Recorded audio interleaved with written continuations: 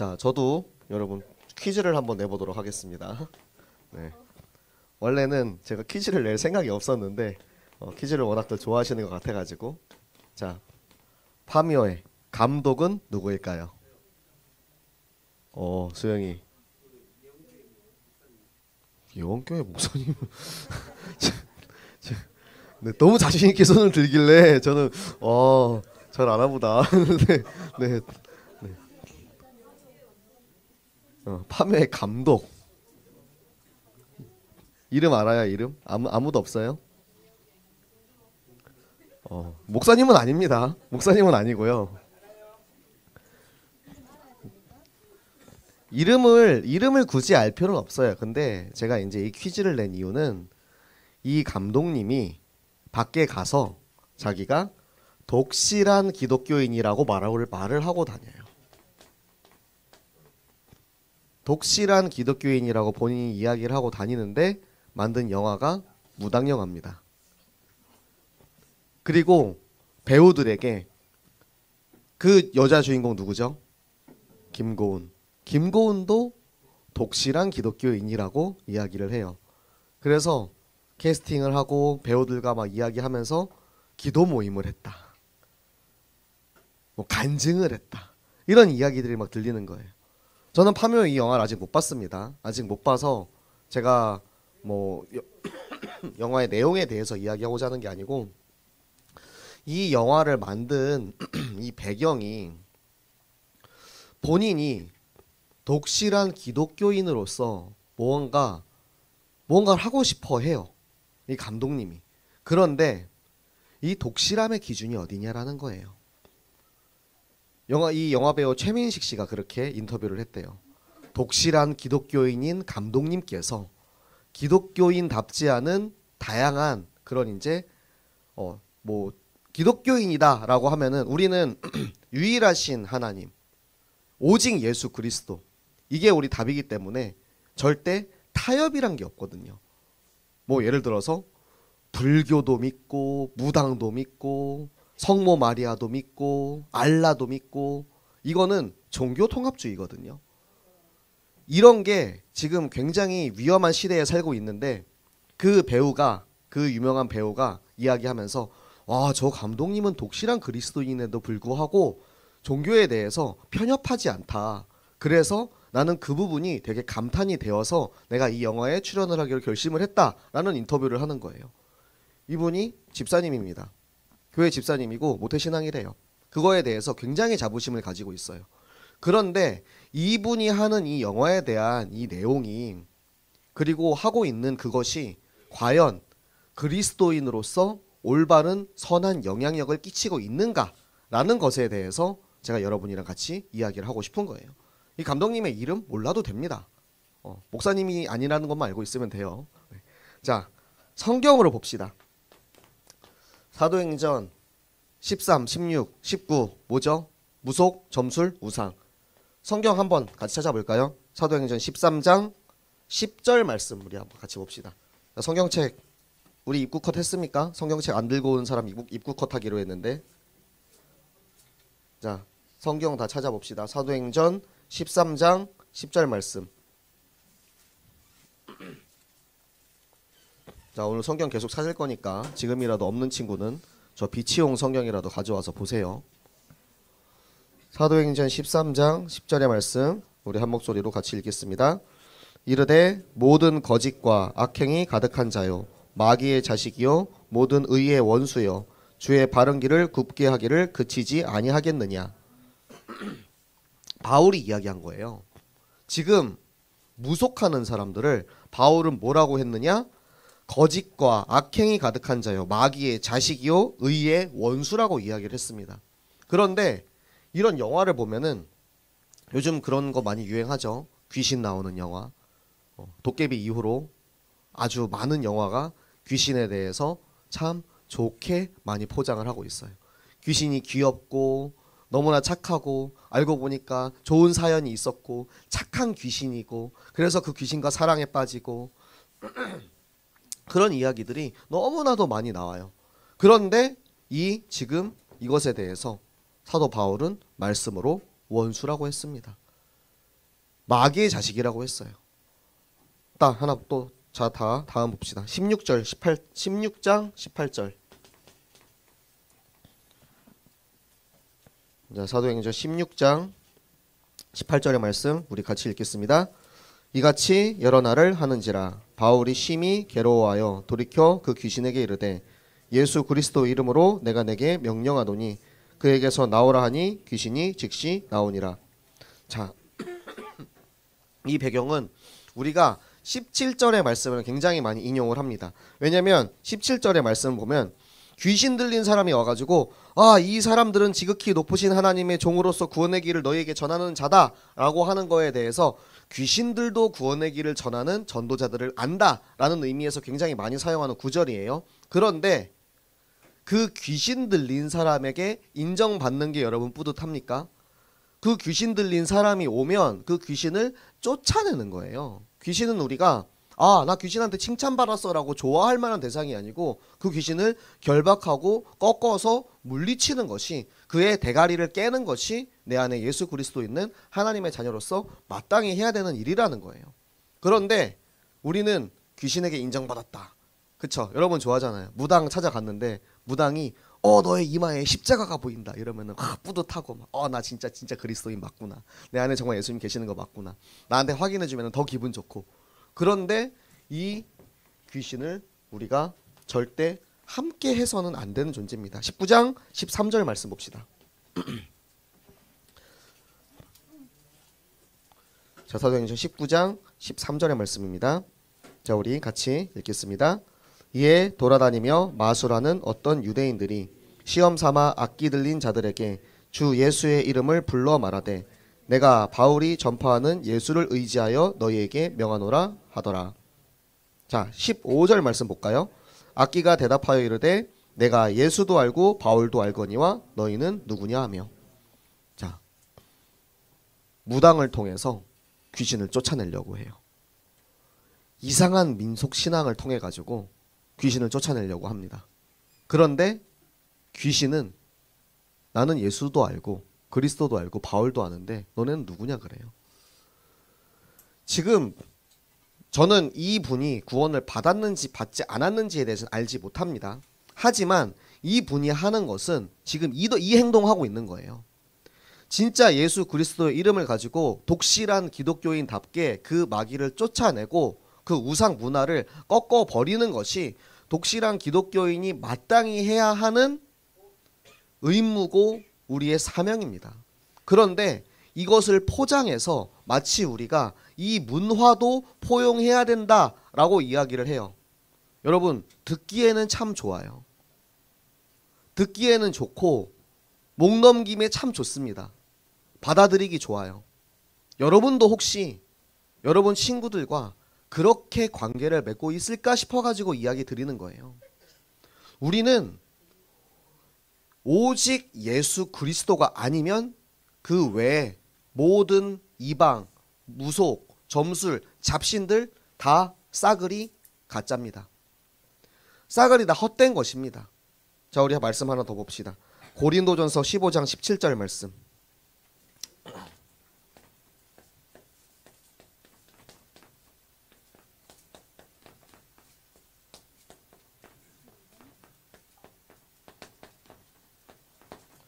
고린도전서 15장 17절의 말씀입니다.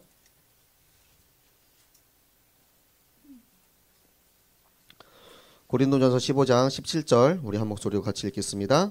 그리스도께서 다시 살아나신 일이 없으면 너희의 믿음도 헛되고 너희가 여전히 죄 가운데 있을 것이요. 여러분, 부활이 없으면, 그리스도가 없으면 다 헛된 것이에요. 다 의미가 없어요.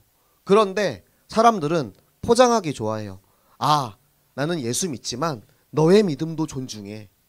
그래, 불교에 가서 열심히 불공 드리고 천주교 가서 성모 마리아한테 가서 기도하고 무당한테 가가지고 점 보고 무당이 너 왼쪽으로 가서 500m 가면 귀인을 만날 것이다 라고 하면은 거기서 만나는 사람이 나의 앞으로 영원한 나의 짝이 될 것이다.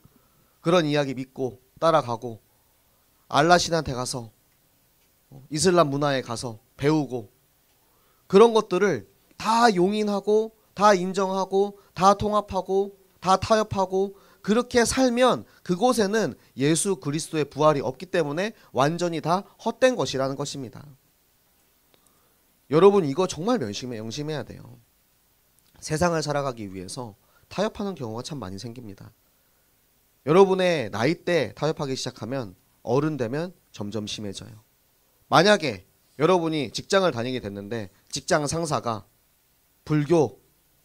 독실한 불교인이야. 그래서 야 이번 현충일에 딱 쉬는데 우리 등산 한번 가자 해가지고 산에 데리고 가서 불공 드리는데 자기를 데리고 갔어. 여러분 생각보다 거절하기 쉽지 않습니다. 요즘은 강요하는 분위기는 아니에요. 회사에서 술도 강요하지 않고 회식도 강요하지 않고. 그런데 그거 한번 따라갔다 오면 굉장한 이득을 많이 볼 수 있어요. 그리스도인인 여러분 어떻게 하시겠습니까? 나는 그리스도인이기 때문에 절에 가서 불공 드리지 않습니다 라고 말할 수 있는 담대한 용기가 여러분 안에 있습니까? 그 생명이 있습니까? 그 그리스도인다운 담대한 내 안에 계시는 그리스도의 힘으로 여러분이 그것이 아니라고 정확하게 이야기할 수 있습니까? 제가 교회 안에서도 참 타협을 많이 했어요. 아닌 것을 아니라고 하지 못하고 기준이 아닌 것을 정확하게 꼽아주지 못하고 그래 그럴 수도 있지 하고 넘어간 것들이 굉장히 많아요. 그런데 여러분 그것 때문에 내가 렘넌트들을 망치고 있구나. 그걸 이제 하나님 깨닫게 하시는 거예요. 성경에 보면 우리 요한복음 5장 28절 29절에 보면 이 부활이 나오는데 요한복음 5장 20 이 부활이 두 가지 종류의 부활이 있는데 영생의 부활과 심판의 부활이 있어요. 이 기준 안에 하나님의 말씀 기준 안에 있으면 영생의 부활을 하는 것이고 이 기준 밖에 있으면 심판받는 부활을 하는 거예요. 그런데 기준에 대해서 알려주지 않고 정확한 부활에 대해서 알지 못하고 내가 이 기준 밖에서 나는 죽는 삶을 살고 있다. 그러면 나는 심판의 부활을 하는 거예요. 여기서 말하는 영생의 부활과 심판의 부활은 예수 그리스도께서 재림주로 다시 오실 때 그때 무덤 속에서 잠자던 자가 일어나서 영생의 부활을 그리고 심판의 부활을 받는다라는 내용입니다. 유라익 성경에서 지난주에 읽었던 내용이고요. 자, 여러분은 나는 영생의 부활을 할 것이라는 자신이 있으십니까?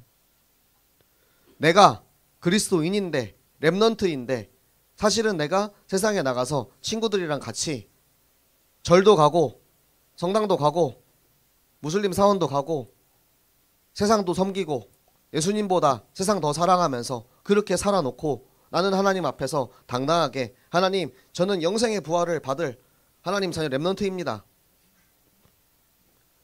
독실한 그리스도인이라고 말하는 세상에 속한 자입니다.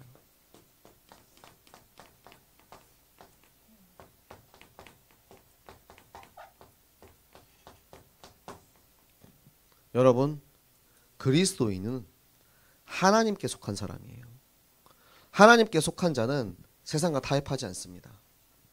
우리가 세상에 사는 이유는 세상과 타협하고 세상 사람들과 같이 어울려 화목하면서 그 사람들이랑 똑같이 그 문화에 들어가서 사는 게 아니고 우리가 세상에 사는 이유는 그 세상을 살리기 위해서 그리스도 몰라서 복음 몰라서 생명 몰라서 죽어가고 있는 저들에게 정확한 말씀 기준을 전달해서 그들을 살리기 위해서 모든 사람을 살리기 위한 그 의무가 우리 그리스도인에게 있는 것입니다. 그것을 여러분이 깨닫고 알고 있으면 기준이 아닌 것은 말씀이 아닌 것은 아니라고 할 수 있는 용기가 하나님께서 여러분에게 주실 것입니다. 내 힘으로 할 수 없어요. 솔직히 말하면 저도 힘들어요. 여러 번 말씀드렸지만 난 공항한테 잡혀갔을 때 저 앞으로 다시는 전도하지 않겠습니다 라고 이야기하고 나왔어요. 지금은 너무 부끄럽고 하나님 앞에 너무 죄송하지만 진짜 내가 생명의 위기에 처했을 때 여러분 우리는 농담처럼 진짜 죽는다라고 말하지만 중국에서 한 사람 쓱싹하는 건 일도 아닙니다. 한 사람 묻어버리는 거 일도 아니에요. 그러니까 내가 두려워서 겁이 나서 베드로처럼 예수님을 부인한 거예요. 그렇게 그 예수님을 부인하고 지금 한국에 와서는 목사를 하고 있습니다. 예수님이 저한테 기회를 다시 주신 거예요. 네가 부인했던 예수 그리스도, 네가 나 전도하지 않겠다라고 버렸던 예수님을 위해서 너의 삶을 바쳐라. 그렇게 살아라. 전도하면서 살아라. 평생을 저는 예수님한테 죄송한 마음으로 전도하면서 살 거예요. 그러면 여러분들은 내가 하나님의 자녀인데 저 수많은 사람 가운데 이 복음을 깨닫게 하시고 이해되게 하셔서 나를 부르신, 나를 구원하신 하나님의 자녀인데 나는 왜 하나님의 자녀로서 하나님의 자녀답지 못하게 살고 있는지, 그것에 대해서 계속해서 생각하면서 그것에 대해서 여러분이 나는 앞으로 어떻게 살아야 하는지 정확한 말씀 기준, 그 방향을 찾는 렘넌트들 되시기 바랍니다. 이 사실을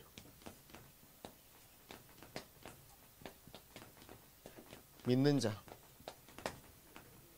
이 부활 생명을 믿는 자를 우리는 증인을 합니다. 내가 내 안에 부활 생명을 가진 사람이에요. 예수 그리스도 모든 문제 해결자, 나를 위해서 이 땅에 오시고 나를 위해서 고난당하시고 십자가 지시고 죽임당하시고 부활하신 예수 그리스도를, 이 부활 생명을 믿는 자, 그 믿는 자는 증인으로 이 복음을 누리면서 살 수 있어요. 그런데 이 복음을 누리면서 사는 우리는 내 안에 구원이 있기 때문에 우리 지난주 말씀 있죠. 이스라엘이여 너는 행복한 사람이로다. 행복한 그리스도인으로 살아야 되는데 나는 왜 이렇게 힘들죠? 나는 왜 행복하지 않죠? 나는 왜 이렇게 고되지? 나의 삶이 고되지? 왜 이렇게 나는 항상 전쟁이 일어나지? 왜 이렇게 어렵지? 왜 그럴까요? 공부하는 게 왜 이렇게 힘들지? 일하는 게 왜 이렇게 힘들지? 예배 드리는 게 왜 이렇게 어렵고 이 시간이 지루하고 길고 집중 안 되고 딴 생각하게 하고 이 시간을 그저 버티고 앉아 있는가? 여러분 중고등 예배 마치고 2부 예배 가잖아요. 2부 예배 여러분 앉아서 뭐 합니까? 딴짓하고 뭐 공부하는 친구도 있고 핸드폰 가지고 뭐 인스타하고 웹툰 보고 옆에 있는 친구들과 떠들고. 예배의 시간은 하나님과 나와의 가장 중요한 교통의 시간이에요. 하나님이 나에게 목사님의 입술을 통해서 나에게 말씀하시는 시간이에요. 우리는 지금 이 말세 시대를 살고 있는 우리는 하나님을 직접 볼 수 없고 하나님의 음성을 들을 수 없어요. 그런데 하나님께서는 목사님을 통해서 당신의 음성을 나에게 들려주시는 거예요. 나에게 명령하시는 거예요. 너희는 가서 모든 민족을 제자 삼아라 말씀하시는 그 말씀이 오철렁 목사님의 목소리로 들리는 게 아니고 여러분 앞에 있는 최재민 목사님의 목소리로 들리는 게 아니고 하나님의 음성으로 들리셔야 돼요. 그게 예배입니다. 모든 예배에 하나님을 만나고 하나님과 함께하고 하나님과 교제하고 하나님과 소통을 해야 되는데 나는 예배의 시간이 너무 힘들어. 이 하루를 오늘도 나는 버텨내었도다. 그러니까 예배를 마쳤으니까 이제는 자유다. 이제는 놀러 가자. 여러분은 저보다 신앙생활이 20년 빨라요.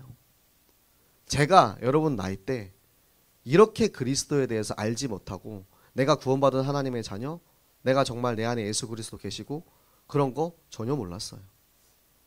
저보다 훨씬 빠르게, 저보다 훨씬 더 앞으로 더 크게, 더 성장할 수 있는 가능성이 너무나도 많이 있어요.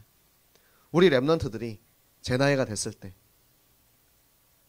얼마나 더 진짜 하나님을 사랑하고 하나님을 위해서 일하는 사람이 되어 있을까 굉장히 기대도 돼요. 그런데 지금 이 시점에 나는 왜 이렇게 신앙생활을 하는 게 어렵고 고되면서 진짜 예수 그리스도의 고난을 이 1시간 예배 시간 정말 너무 고난이야 나에게. 그렇게 고난을 동참합니까?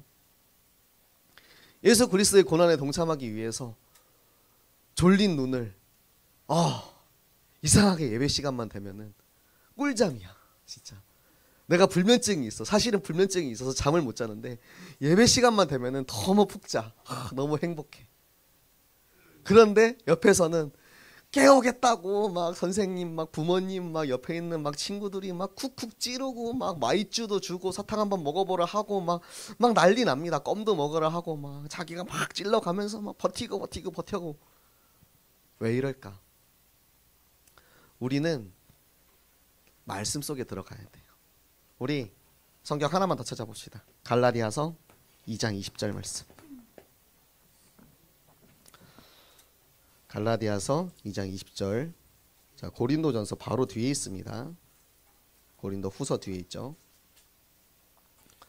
갈라디아서 2장 20절 말씀. 자, 우리 함께 같이 읽겠습니다.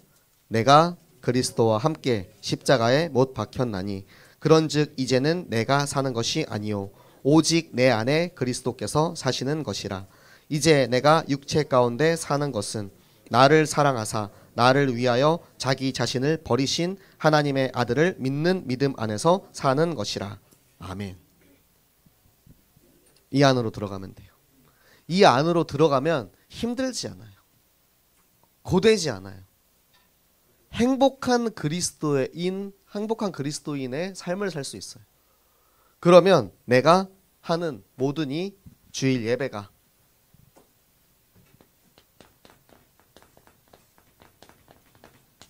여러분 하는 토요스쿨이 그리고 앞으로 있을 종주가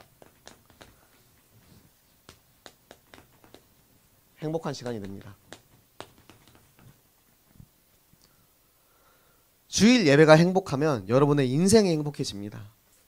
토요스쿨 나와서 여러분 저 속을 다 알거든요. 예배 마치고 동아리 할 때 슬쩍 와야지. 앞에 찬양하고 예배하는 시간 굳이 예배 안 드려도 동아리 활동만 와가지고 재밌게 이렇게 놀면 되지. 여러분 그 속을 모릅니까? 충분히 2시까지 올 수 있는데 내가 시간을 재요. 굳이 2시까지 안 가도 목사님이 협박합니다. 지각 체크해서 지각하는 사람은 나중에 비전 트립 안 보냅니다. 협박해요. 어차피 비전 트립 나 안 갈 건데 나랑 상관없어. 협박이 안 돼요. 제 딴에는 나름 이제 비장하게 협박을 한 거거든요. 비전 트립 가고 싶어하는 랩런트들이 많을 거다 생각을 해가지고 작년에 너무 재밌게 잘 갔다 왔어요. 갔다 온 친구들이 너무 은혜도 많이 받고 진짜 엄청나게 영적으로 성장을 많이 하고 왔어요. 그래서 진짜 이 비전 트립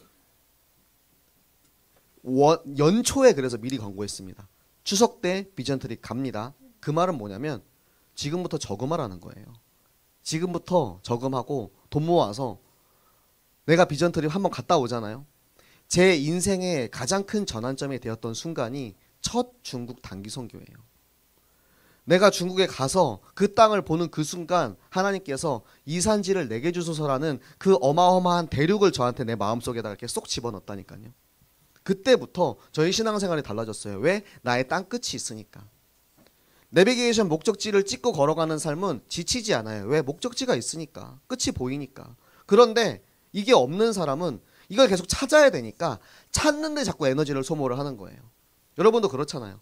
아직 꿈도 모르겠고 미래도 모르겠고 비전도 모르겠고 어느 학교에 가서 어느 전공을 골라서 어떻게 살아야 할지, 중학생은 내가 공고에 가야 할지 인문계에 가야 할지 특성화고 가야 할지 어느 학교 가야 될지, 고등학생은 내가 대학교를 갈지 말지 일을 할지 아니면 전문대를 갈지 수능을 볼지 말지 모든 것이 인생의 선택의 순간이고 고민이고 그것을 찾는 것이 나에게 굉장히 많은 에너지를 소모하게 해요. 스트레스도 많이 받고. 그런데 여러분이 결론 나면 어렵지 않아요. 공부하는 것도 공부 못해도 괜찮아요. 한 랩런트가 그랬습니다. 제발 공부 못해도 괜찮다는 얘기 그만하라고. 유광석 목사님이 공부 못해도 괜찮다는 얘기 했기 때문에 많은 사람들이 공부 열심히 안 한다고. 네, 그 말은 잘못된 말입니다. 공부를 못해도 괜찮지만 언약 안에서 공부해야 돼요. 열심히는 하세요. 부탁드리는데 성적이 안 나오는 건 제가 기대 안 해요. 공부 열심히 했는데 성적이 안 나왔다. 그건 어쩔 수 없는 거야. 그런데 내가 할 수 있는 나의 최선을 다하는 거예요. 나의 본분을 다하는 거예요. 사실 제가 여러분 앞에서 이렇게 평안해 보이지만 굉장히 많은 세상적인 그런 문제와 어려움들이 많아요. 제가 그 문제나 어려움 속에 있을 때 그것 때문에 막 고통도 받고 막 두통 때문에 고생도 많이 합니다. 그런데 제가 그 세상적인 그 문제 앞에서 완전히 그거를 배제하고 그냥 내게 맡겨진, 내게 주어진 나의 본분만 다하기로 결심을 했어요. 그러면 문제는 하나님이 해결하신다. 나는 하나님의 일을 하고 하나님이 내 일을 하신다. 그걸 여러분들이 발견했으면 좋겠어요. 저는 체험해 가고 살고 있거든요. 너무 힘들지만 진짜 때로는 고통스럽고 혼자 이제 몰래 이제 이불 속에서 울기도 하지만 여러분이 그걸 꼭 체험해야 돼요. 나는 하나님의 일을 하고 하나님 앞에 예배 드리고 하나님 앞에 토요스쿨 하고 하나님 앞에 교사로 섬기고 하나님 앞에 임원으로 섬기고 하나님 앞에 여러 가지 동아리 활동이나 이런 것들을 통해서 전도하는 사람으로 섬기고 있으면 하나님이 내 걸 책임지신다니까요. 내 밥그릇 먼저 챙기는 사람은 하나님이 절대 거기에 대해 축복을 할 수가 없어요. 여러분이 받을 축복에 그 공간을 비워놓으세요. 거기에 내가 끄덕해, 내 욕심이 끄덕해, 시꺼먼 속이 끄덕해. 그러면은 하나님이 복을 줄래야 줄 수가 없다니까. 이미 거득하게 가득 차 있어서 내가. 그래서 여러분들이 진짜 나를 위해서 십자가에서 죽임당하시고 부활하신 예수 그리스도와 함께 동참하는 그 삶을 살 때 하나님께서는 반드시 여러분을 책임지시고 여러분과 함께 하시고 여러분을 행복한 그리스도인으로 여러분이 가는 모든 현장에 하나님의 말씀으로 여러분의 삶을 책임지시고 인도하시는 하나님인 줄 믿으시기를 예수 그리스도 이름으로 축복합니다.